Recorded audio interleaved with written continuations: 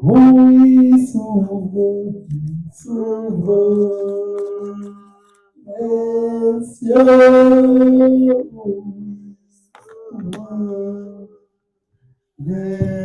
oh, ils s'ouvrent, Il s'ouvre les cieux. Il s'ouvre les cieux. Merci Seigneur. Nous allons dire un mot de prière. Seigneur Dieu, c'est encore cet après-midi avec tremblement de cœur et avec sincérité que nous inclinons nos têtes devant ta sainte et divine présence pour que le ciel s'ouvre encore. Nous abandonnons tout à toi et que tu puisses encore venir nous parler dans cette atmosphère d'adoration pour qu'au sortir d'ici, nous soyons assurément remplis de ta part. Ainsi, reçois l'honneur, reçois la gloire, la magnificence dans le siècle des siècles, en te disant Amen. Merci beaucoup. Nous ne serons pas assez lents. Nous allons juste essayer de faire suite à... Je ne sais pas si ça fonctionne un peu. Je vais prendre ça. Voilà, je pense que ça y a un peu plus de volume. Nous allons essayer de faire suite à ce que le pasteur nous a enseigné la semaine passée sur l'enlèvement. Et nous n'avons pas voulu couper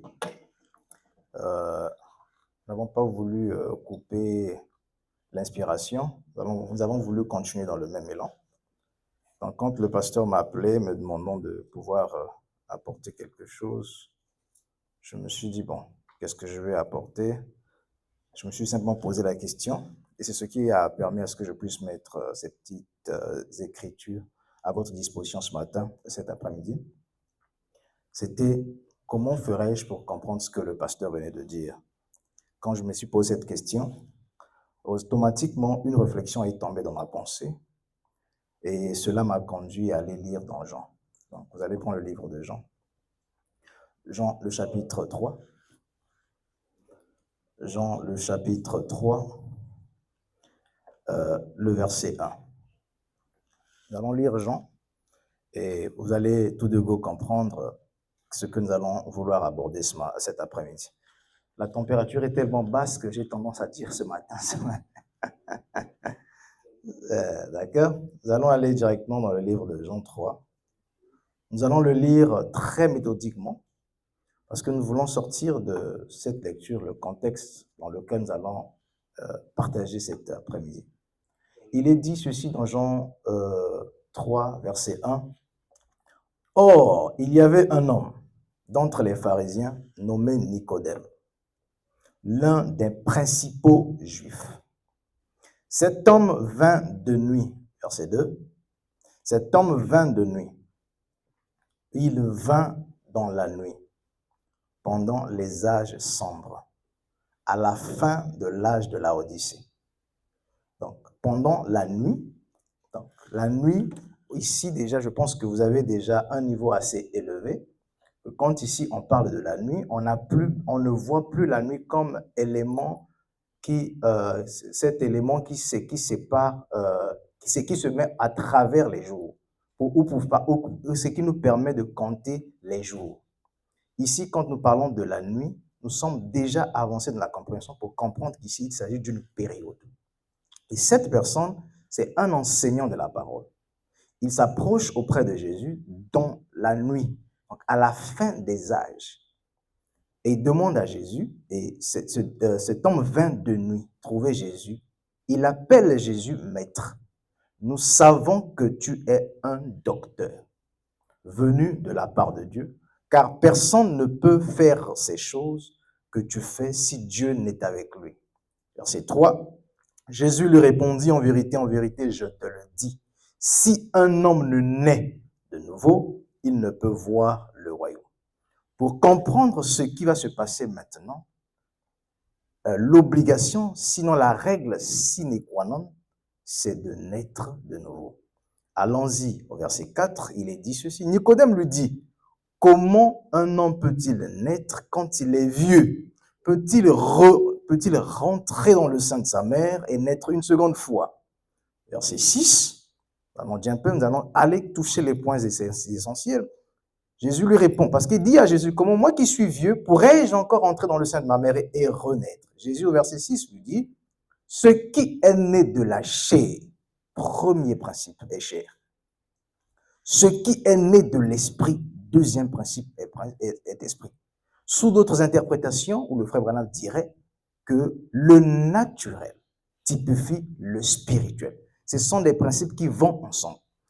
Je suis déjà en train d'essayer d'apporter une toile de fond à ce que nous allons parler. Nous allons directement au verset 7. Ne t'étonne point de ce que je t'ai dit, il faut que vous naissiez de nouveau.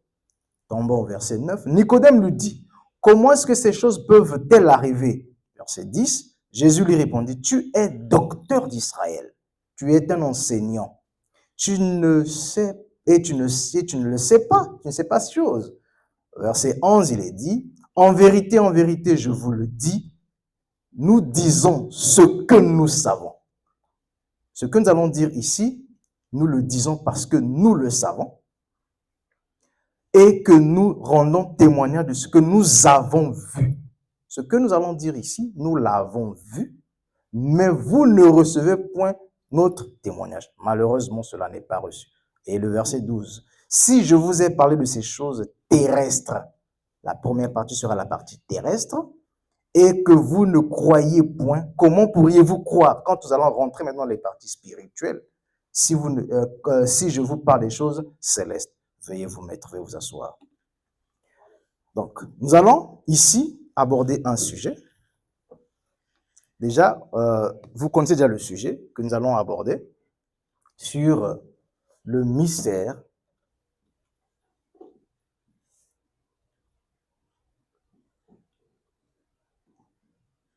de la nouvelle naissance. Le mystère de la nouvelle naissance. Nous allons essayer de comprendre c'est quoi la nouvelle naissance. Parce que quand j'ai écouté d'abord plusieurs personnes parler de la nouvelle naissance, ce thème est abordé sous un angle trop ecclésiastique. Or, si nous l'abordons sous l'angle ecclésiastique, selon Frère Branham, nous allons emmener les gens pas à naître de nouveau, seulement à recevoir le baptême du Saint-Esprit. Parce que le baptême du Saint-Esprit, selon le frère Branham, il est différent de la nouvelle naissance. Le baptême du Saint-Esprit, je veux déjà rentrer parce que je suis en train de voir l'heure est suffisamment avancée. Le baptême du Saint-Esprit n'est qu'un don temporaire qui consiste dans le fait à oindre l'esprit. Et quand un esprit est oint du baptême du Saint-Esprit, celui-ci produit les fruits de l'esprit. Nous allons avancer, nous allons rentrer. Allons-y dans l'écriture de 1 Corinthiens. 1 Corinthiens 2. 1 Corinthiens 2, 9 nous dira ceci. Mais comme il est écrit, ce que nous allons apporter sur la nouvelle naissance, il est écrit dans 1 Corinthiens 2, 9. Mais comme il est écrit, ce sont les choses que l'œil n'a point vues. Ça veut dire que la manière dont le frère Branham va nous expliquer la nouvelle naissance ce matin, faites attention, l'œil ne l'a point vu. Ça veut dire que vous allez entrer dans les systèmes des églises, vous n'allez pas trouver ça comme ça. Continuons. L'oreille a vu et puis que l'oreille n'a point entendu. Ce qui n'est point monté au cœur de l'homme. Ça n'a pas, en fait, l'homme n'a jamais eu dans son être intérieur le temps d'y penser. C'est ce que ça veut dire, qui est monté dans le cœur de l'homme. Mais que Dieu avait préparé pour ceux qui l'aiment. Donc, ceux qui auront la compréhension de la nouvelle naissance maintenant, ce sont les amis de Dieu. Continuons la lecture. Cette étude que nous allons faire ce matin va se reposer sur 3 grandes questions. La première question, parce que pour comprendre quelque chose, il faut d'abord le définir. Nous allons comprendre c'est quoi, qu'est-ce que la nouvelle naissance. Ça, c'est la toute première question que nous allons devoir répondre. Qu'est-ce que la nouvelle naissance? Et la deuxième question serait comment naître de nouveau? Et la toute dernière question sera comment le savoir? Donc, tout au long de cette petite étude, nous allons répondre très méthodiquement à ces 3 questions. Je vais m'arranger à essayer de donner, parce que j'ai prévu beaucoup des écritures, mais je vais essayer de tout ramifier. Nous allons commencer par la toute première question. Qu'est-ce que la nouvelle naissance? Or, quand nous avons lu l'écriture de Jean au chapitre 3, nous avons vu un docteur qui vient voir Jésus pendant la nuit, parce que Jésus était en train de faire des choses qui dépassaient l'entendement humain. Alors ce docteur dans la nuit va l'approcher. Jésus va lui dire, pour comprendre tout ceci, pour comprendre la parole, tu dois naître de nouveau. Alors, Nicodème lui dit, mais comment puis-je naître de nouveau, moi qui suis vieux? Jésus lui dit, ce qui est chair est chair, ce qui est esprit est esprit. Il y a 2 principes déjà qui sont ici. Donc, pour comprendre la nouvelle naissance, qu'est-ce que la nouvelle naissance? Il faut d'abord comprendre ce principe-là, que ce qui est chair est chair. Ce qui est esprit est esprit. Alors, qu'est-ce que la chair? Nous allons définir la nouvelle naissance.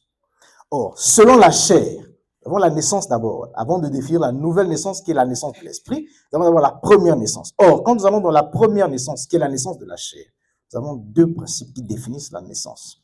Nous avons le principe de la rencontre de l'ovule avec le germe. Nous avons l'ovule qui rencontre le germe. Les deux éléments unis produisent quoi? Un corps. Donc, on parle de la naissance d'abord quand l'ovule rencontre le germe. Ou l'ovule rencontre la sémence, selon le procédé ou selon la procédure, selon les principes que vous connaissez, les principes biologiques. Ces 2 éléments ensemble produisent un corps. Ça, c'est le premier principe dans le charnel. Le deuxième principe dans le charnel, on parle de la naissance quand l'esprit. C'est différent de cet esprit ici. Quand l'esprit. Ou encore quand l'homme. Ou encore quand vous possédez un corps. L'élément qui revient, c'est quoi? C'est corps. Donc, nous avons posé 2 principes. Pour qu'il y ait naissance charnelle, il doit avoir, premièrement, selon le premier principe, rencontre de l'ovule et du germe, dans le but de produire un corps. Ce n'est pas vous, le corps. Le deuxième principe, pour qu'il y ait naissance charnelle, il faudrait qu'un esprit, il faudrait que l'homme, il faudrait que vous animez un corps. Le frère Branham dit, quand une femme est à la maternité, elle est sur le point de mettre au monde, il y a 2 esprits. Il y a des esprits qui sont autour d'elle, attendant la sortie des muscles d'un corps. Et dès que ce corps sort, un esprit le saisit. C'est là qu'on parle de la naissance charnelle. Or, si on comprend la naissance charnelle, alors on va appliquer le même schéma ou la même procédure à la naissance spirituelle pour avoir une idée évoluant. Donc, ok, nous allons avancer. Or, nous avons souligné un élément ici, dans cette procédure, que quand on parle de la rencontre de l'ovule et du germe, ou encore qu'un être vienne animer un corps, l'élément qui nous retient ici, c'est le corps. Donc, on parle d'une naissance quand à la fin, il y a apparition d'un corps. Qu'est-ce qu'un corps? Or, vous serez d'avis avec moi. Le corps n'est qu'un véhicule. Le corps n'est qu'un véhicule. Vous remarquez un peu, vous connaissez ce qu'on appelle le scaphandre. Nous allons parler de ça, vous allez comprendre. Le scaphandre, c'est quoi le scaphandre? Vous allez observer les plongeurs. Un plongeur, vous pouvez être un plongeur. Vous voulez vivre une expérience aquatique.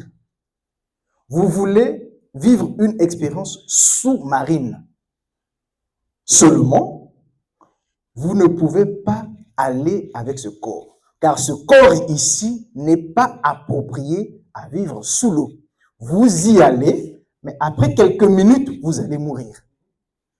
Alors, l'intelligence a fait qu'on fabrique ce qu'on appellerait un scaphandre, qui est un instrument, qui est un instrument comme un habit dans lequel vous entrez et pour que vous plongez dans les profondeurs des eaux afin d'y vivre une expérience.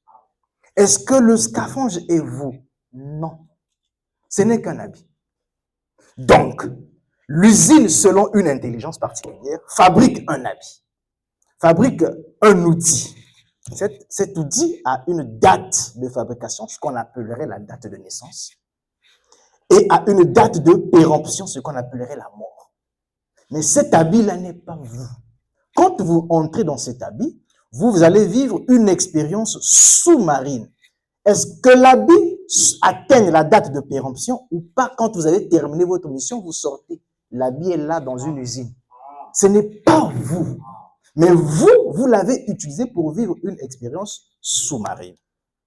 Donc, le corps, on retient que le corps n'est qu'un habit qui me permet, moi, mais moi qui suis-je? Nous allons rentrer pour comprendre, qui me permet de passer dans le temps afin de vivre une expérience. Voilà pourquoi, dans les formules mathématiques, nous allons parler de moins l'infini à plus l'infini. Mais pourquoi on commence par moins l'infini? Parce que ici, il y a un principe de l'éternité qui n'a pas encore atteint un but, le mystère de la tangibilité qui est le temps. Et après, il repart dans l'éternité qui est plus l'infini parce que là, il porte un corps. On revient dans notre sujet.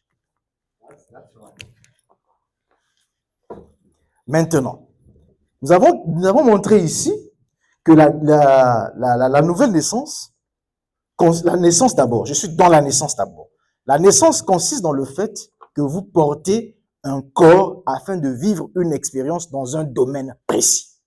Vous voulez aller sous les eaux, procréez-vous de cet habit et allez, vous n'allez pas mourir. Vous voulez venir sur la terre, allez attendre à la maternité un corps qui va sortir et vous allez le posséder. Alors, qu'est-ce que je suis en train de faire? Ce que je suis en train de faire ici ce matin, c'est quoi? Je vais lire le frère Branham. Un homme qui fouille la face de Dieu. Paragraphe 169. Et après, nous allons définir la nouvelle naissance selon le frère Branham. Un homme qui fouille la face de Dieu, paragraphe, je ne sais pas si je l'ai en anglais ou en français. Attendez, je vais voir ici rapidement. C'est une étude qui normalement m'a pris beaucoup de temps. Je verrai par où je vais m'arrêter. Je vais aller rapidement. Si quelqu'un a trouvé rapidement, on peut me passer l'écriture parce qu'un homme qui fouille la face de Dieu, paragraphe 169, the table, where is the table, wherever, un homme qui fouille la face de Dieu, paragraphe 169. Vous avez 169.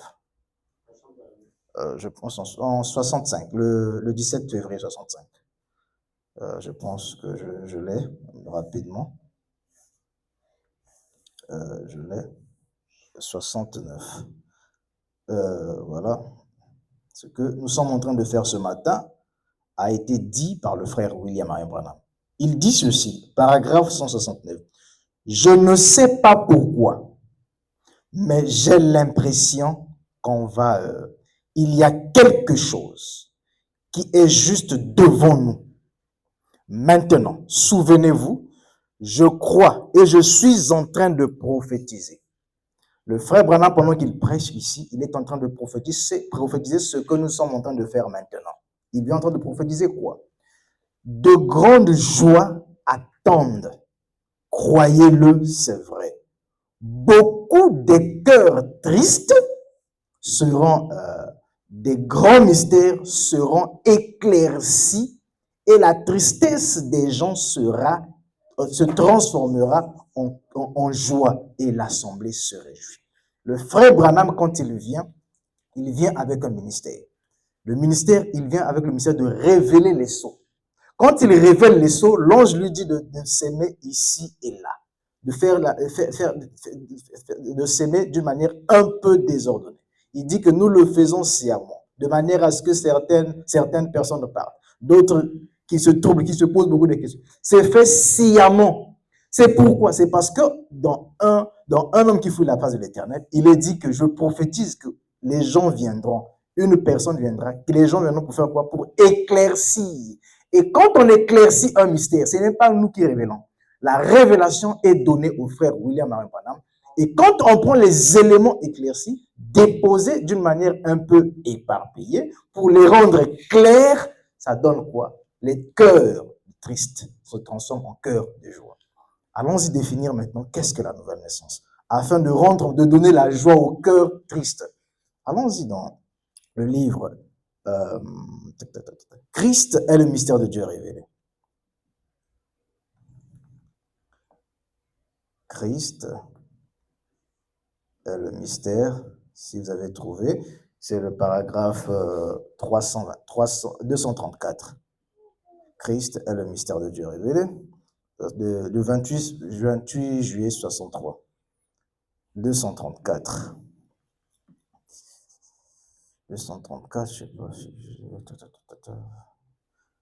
Je vais donner juste quelque chose pour rapidement chuter, parce que j'ai tellement trop d'écriture ici, je saute d'autres, je vais juste vers l'essentiel parce que... Voilà. Alors, la nouvelle naissance. Ok, il dit quoi? Qu'est-ce? Ça veut dire qu'il va définir c'est quoi la nouvelle naissance. Vous pouvez continuer? Vous pourriez dire bien, la nouvelle naissance, qu'est-ce que c'est? C'est la révélation de Jésus-Christ. Donc, la nouvelle naissance, c'est la révélation de Jésus-Christ. Continuez. Ok, elle est donnée à vous. Ok, ok, amen. Ok, continuez. Ce n'est pas le fait que vous ayez adhéré à une église. Ok, pas une église. Ok. Que vous ayez donné la main, poignée de main. Ok. Que vous ayez fait quelque chose. Ok, arrêtez-vous d'abord là. On doit éclaircir les choses. Nous ne voulons pas seulement réciter les citations comme ça, mais on doit les éclaircir. Il dit ici la nouvelle naissance ne consiste pas dans le fait d'adhérer à une église. Venir le message, je suis femme du message, je suis frère du message, je porte les longues jupes, je fais ceci, ça ne fait pas de vous né de nouveau. Le premier principe qui est dégagé ici. Il dit encore, vous faites quelque chose, vous faites quelque chose de différent. Il dit, ce n'est pas dans le fait de faire quelque chose de différent. Or, qu'est-ce qu'est le fait de faire quelque chose de différent? C'est le fait, par exemple, je prends un exemple. Au lieu de mentir, vous dites quoi? La vérité, non? Ça veut dire, même si vous dites la vérité, ça ne fait pas de vous né de nouveau. Vous faites quelque chose de différent. Ce monsieur ici, depuis qu'il est né, il n'a jamais menti. Donc, vous faites quelque chose de différent. Ça ne fait pas de vous né de nouveau. Or, un adultère, ça veut dire il est infidèle à sa femme. Que vous commettez l'adultère ou que vous restez infidèle à votre femme, ça ne fait pas de vous né de nouveau. Ça ne fait pas de vous. Vous faites quelque chose de différent, cela ne fait pas de vous né de nouveau. Vous pouvez continuer la lecture. Parce qu'on doit éclaircir tout ce que le frère Branham dit. Il le dit d'une manière, je peux dire grosso modo, comme ça, mais il le dit. Il n'éclaircit pas. Mais il demande à vous, il vous donne à vous la tâche d'éclaircir. Continuez la lecture. Que vous ayez fait quelque chose. Ok. Que vous ayez récité un credo. Ok. Réciter un credo. Vous allez chez les catholiques, ils récitent des credos. Je vous salue Marie, Sainte Novice. Ça, c'est vous venez dans le message, oh, que les sept tonnerres sont révélés. Ce sont des récits des credos seulement. Tout ça, ce ne sont que des récits. Oh, il est venu, il n'est pas venu, tout ça. Ce sont des récits des credos seulement. Continuez la lecture. Que vous ayez promis de vivre en accord avec un code de Voilà. Il dit que vous ayez promis. Je promets de donner ma vie à Jésus. C'est un code de règle. Et ça va se constater comment? Vous allez prendre le baptême. Vous prenez le baptême parce que je viens, je promets. Frère, vous répondez devant Jésus que je me réponds, frère. Je me suis répondu, ok, vous avez promis, oui, j'ai promis. Les eaux de baptême. Vous promettez. Vous rendez les eaux de baptême. Il dit que vous promettez. Il dit ceci. Un code. Il dit, vous vivre en accord avec un code de règles. Ce n'est qu'un code de règles de la chrétienté. Cela ne fait pas de vous un né de nouveau. Continuez la lecture. C'est le frère Branham qui définit. Ce n'est pas moi qui définis. Nous essayons seulement d'éclaircir. Continuez la lecture. C'est Christ. Ok. De la vie. Ok. Il est la parole. Ok. Qui vous a été révélée. Ok. Ok. Et peu importe Ok. ce que qui que ce soit. Ok. Peu importe ce qui arrive. Ok. C'est Christ. Ok. Pasteur. Ok. Quoi que ce soit. Ok. C'est Christ en vous. Voilà la révélation sur laquelle il s'arrive. Voilà. Donc, la nouvelle naissance ne consiste pas dans le fait de faire quelque chose de différent. Ne consiste pas dans le fait de réciter un code moral. Ne consiste pas dans le fait de présenter un aspect extérieur agréable, sinon agréable, sinon je pourrais dire limpide, je ne sais pas comment. Mais la nouvelle naissance consiste ici dans le fait de la révélation de Jésus-Christ à l'individu. C'est encore flou. On va rendre ça clair. Continuons la lecture. Il a défini la nouvelle naissance. La nouvelle naissance, nous avons retenu que le frère Branham a défini la nouvelle naissance comme étant la révélation et non selon un certain code moral. On continue la lecture. Okay. Nous allons, je suis en train de sauter les Écritures. Je vais vraiment sauter parce que l'heure est suffisamment avancée. Je vais aller rapidement dans Hébreux chapitre 7, première partie. Parce qu'on nous a parlé ici des rites. On va voir un peu ce que ces rites-là sont selon le frère Branham. Peut-être que je les ai cités très mal. Allons-y dans le livre des Hébreux, chapitre 7. Chapitre 7, première partie. Hébreux chapitre 7, première partie, au paragraphe 30. C'est le 15 septembre 57. Je pense le paragraphe 30, je vais rapidement la voir. Okay. Il dit ceci. Daniel dit, en ce jour, on courra ça et là, et la connaissance augmentera. Rendons ça un peu plus clair. Daniel dit, en ce jour, on courra ça et là. Donc, ça veut dire quoi ici déjà? Ça veut dire que en cette période-là, au temps pendant que les gens vont courir ça et là, ça veut dire, ici, on dit que Jésus viendra. Ici, on dit que Jésus est ici. Ici, on dit que l'enlèvement a eu lieu. Là-bas, on dit que l'enlèvement n'a pas eu lieu. Les hommes sont en train de courir ça et là. En train d'aller de révélation, soit en révélation, ou d'aller de tâtonnement en tâtonnement. On voit un pasteur qui se lève aujourd'hui, il tombe, comme il tombe, il a une deuxième femme, il commence à parler, soutenir la polygamie. Il prend les Écritures dans le mariage divorce, qui semblent aller dans ce sens-là.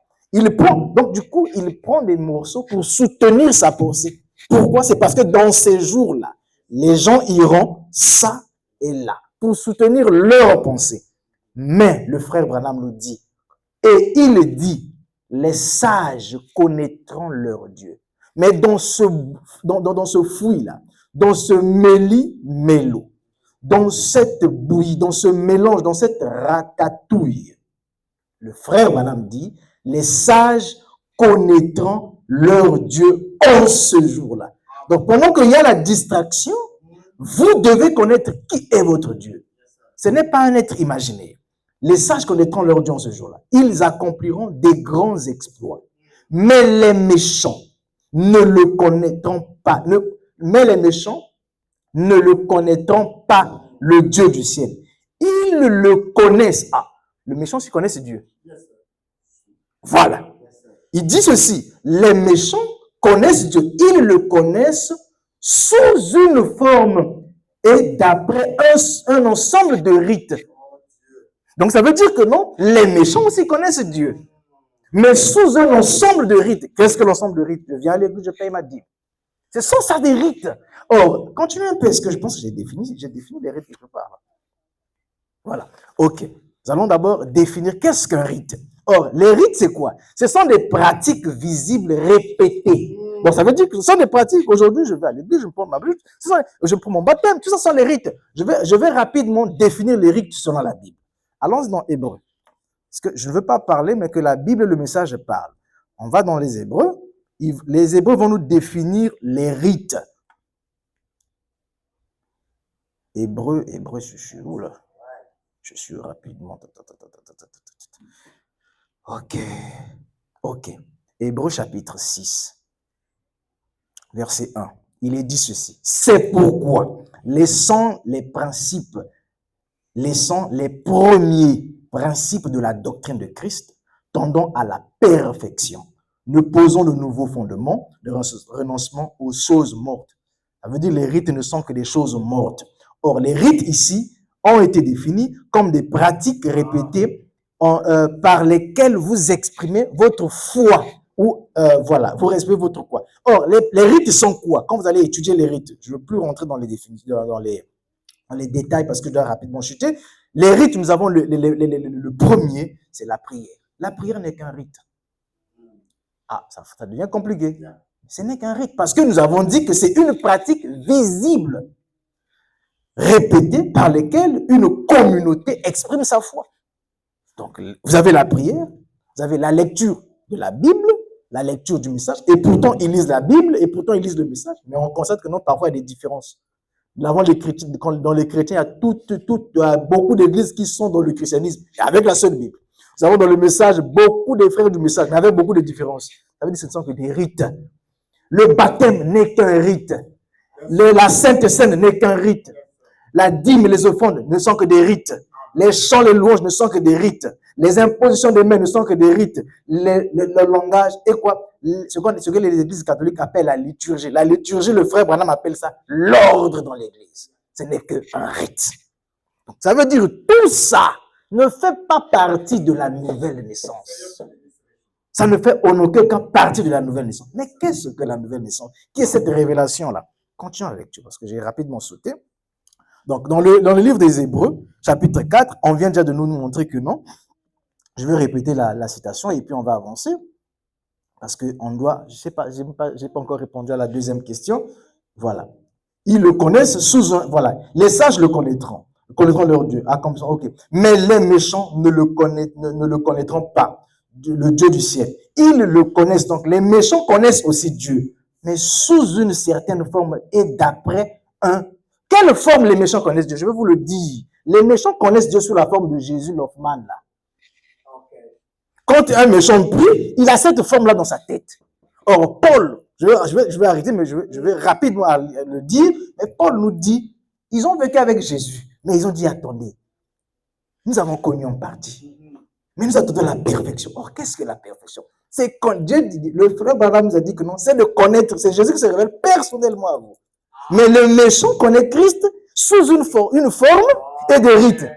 Une forme, c'est l'homme d'Hoffman, Jésus d'Hoffman, là. Quand il prie, un Jésus, moi je l'appelle un Jésus hollywoodien. Donc Hollywood a déjà dressé un Jésus dans sa tête, et le fait de payer sa dîme, le fait de ça, il pense qu'il est né de nouveau. C'est faux. Vous n'êtes comme, excusez-moi. Je voulais prendre un mot là, mais c'est pas bon. Mais, il le connaît sous une certaine forme et sous un certain rite. C'est comme ça que les méchants connaissent Dieu. Comme on l'a vu dans notre première leçon.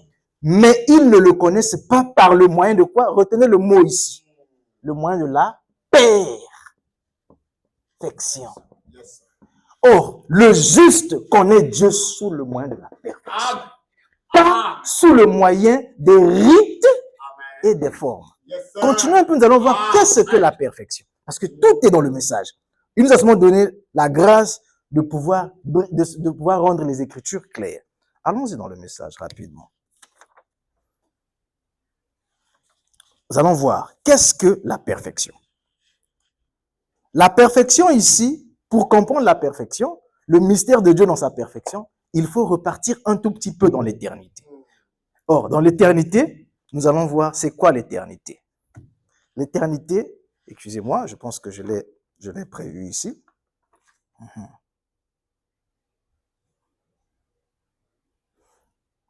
L'éternité, les gens ne confondent pas, quand on parle d'éternité, on voit déjà Elohim.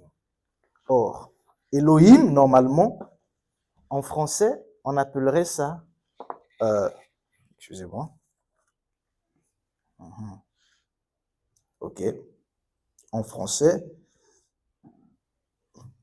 ok, je vais déjà rapide, parce que normalement, ça se trouve dans Comment naître de nouveau. Ok, en français, on appellerait Elohim le singulier d'un pluriel collectif. Je ne sais pas si j'ai retrouvé ça ici. Voilà, on appellerait ça un singulier collectif. Or, qu'est-ce qu'un singulier collectif? Pour comprendre qu'est-ce que l'éternité, il faut comprendre ce que la langue française appelle par le singulier collectif. Or, c'est quoi le singulier collectif? Ici, nous sommes une église, n'est-ce pas? Mais une église est composée de quoi? Il y a le pasteur, il y a le frère Christ, il y a la sœur, la sœur, les noms sont en train de me fuir ici, là. Les sœurs. Mais tout ça, en un mot, on dit l'église. L'église, c'est quoi? L'église est un ensemble de singuliers collectifs. Donc, quand on parle de l'église, c'est plusieurs personnes qui forment un corps. C'est comme on dit l'armée. Une armée est au singulier, mais dans l'armée, on a plusieurs membres. Quand on parle de Elohim, Elohim, c'est un pluriel, mais dans le pluriel, c'est formé des Eloah. Donc, Elohim, c'est le pluriel des Eloah. Quand vous regardez le monde, ce n'est pas un individu, mais c'est un corps qui est formé de plusieurs individus. Alors, je pense que, donc, quand vous repartez dans l'éternité, vous allez constater que dans l'éternité, il y avait un être. N'ayez pas cette forme dans votre pensée. C'est cette forme-là qui fait que vous n'avancez pas. C'est cette forme ici-là. Parce que si vous le connaissez selon cette forme et les rites, je vais douter de vous. Or, dans l'éternité, c'est un singulier collectif qui est formé de plusieurs natures. Ces plusieurs natures sont ensemble, c'est ce qu'on appelle des pensées. Et ce singulier collectif-là, en fait, ce ne sont que des langages. Singulier collectif, tout ça, en fait, ça veut pour dire Dieu, hein, ce qu'on appelle dans le temps Dieu. Le Dieu là n'est pas un Dieu, un être unique comme ça que vous le regardez. Non, ce Dieu là est composé de plusieurs natures. Mais ce Dieu là doit se briser. N'oubliez pas, nous sommes en train d'avancer sur le principe de la perfection. C'est là où nous devons connaître Dieu. Or, ce Dieu ici doit se briser. Ça veut dire que non, ces natures qui forment Elohim doivent quitter Elohim, donc ça doit se briser. En se brisant, ça crée un autre procédé qu'on appellerait la 7e dimension ou le ciel. C'est tout. Donc ici, quand les pensées sont ensemble, les pensées unies ensemble, ce que la science nous appellerait par le singulier collectif, ou encore le frère Bana appelle par l'éternité, ce n'est que Dieu avec plus, en fait, ce n'est que les attributs ensemble. Or, ces attributs ensemble doivent se séparer pour devenir plus l'infini, pour prendre des corps. Alors, quand ils se séparent, pour qu'ils commencent à tomber dans des corps, ils créent ce qu'on appelle le ciel. Or, le ciel, c'est déjà le temps. Voilà pourquoi le ciel et la terre passeront. Donc, il crée le ciel. Or, le ciel, c'est quoi? C'est la 7e dimension. Donc, ce n'est pas une dimension imaginaire, non. Mais ce n'est que l'être qui quitte une position et devient ça. C'est ce qu'on appelle la 7e dimension. Et la 7e dimension va créer son opposé, ce qu'on appelle l'ombre. Oh, l'ombre ici, c'est là où on va voir maintenant un jour le mystère de Satan. Comment Satan arrive à l'existence. Et après, cette existence ici-là, c'est ce qu'on appelle quelque part la 6e dimension. C'est tout. Il n'y a pas une imagination. Après, comme nous allons passer, nous avons la 5e, la 4e qui n'est en phase, et la 5e, la 3e, 4e, la 3e, 2e, 1e. Voilà. Donc, du coup, cette éternité ici va se briser, et en se brisant, ces pensées vont devoir vouloir porter des corps. Maintenant, or, nous devons connaître Dieu, pas selon la forme et les rites, mais selon sa perfection. Or, sa perfection, c'est ce qu'il était. Pas ce qu'il est aujourd'hui. Bon, non, quand je dis pas ce qu'il est, c'est pendant les âges. Parce que ce qu'il est aujourd'hui, c'est sa réelle forme. Voilà. Parce que ce qu'il était, c'est ce qu'il est maintenant. Pas l'imaginaire que nous voyons ici et là. Bon, excusez-moi, ça fatigue, mais bon, on avale ça comme ça. Donc, nous allons revenir sur ce principe ici. Je ne sais pas si l'heure est vraiment avancée, je dois vraiment couper. Ah oui. Bon, je vais arrêter là. Qu'est-ce que la nouvelle naissance? Je sens que l'heure est avancée, je n'ai même pas à toucher le sujet. Je vais vraiment arrêter parce que l'heure est suffisamment avancée. Qu'est-ce que la nouvelle naissance? Nous avons dit, je vais réitérer pour terminer. La nouvelle naissance, c'est le fait que l'être, de la même manière que vous animez un corps, c'est de la même manière que vous quittez l'éternité pour porter un corps. Et porter un corps, c'est que ce corps-là doit naître. Or, comment ce corps-là doit naître? C'est dans le deuxième point que nous allons le voir, c'est comment naître de nouveau. Ce corps-là naît d'une certaine manière, selon le frère Branham. Ce corps-là naît d'une certaine manière. Et quand il est né, ça vous donne la possibilité de reconnaître si vous l'êtes ou pas. Pas selon les rites, pas selon une forme donnée. Parce que si vous le connaissez selon une forme donnée, vous ne faites partie que des méchants. Je vous remercie. Que Dieu vous bénisse. On continuera la prochaine fois.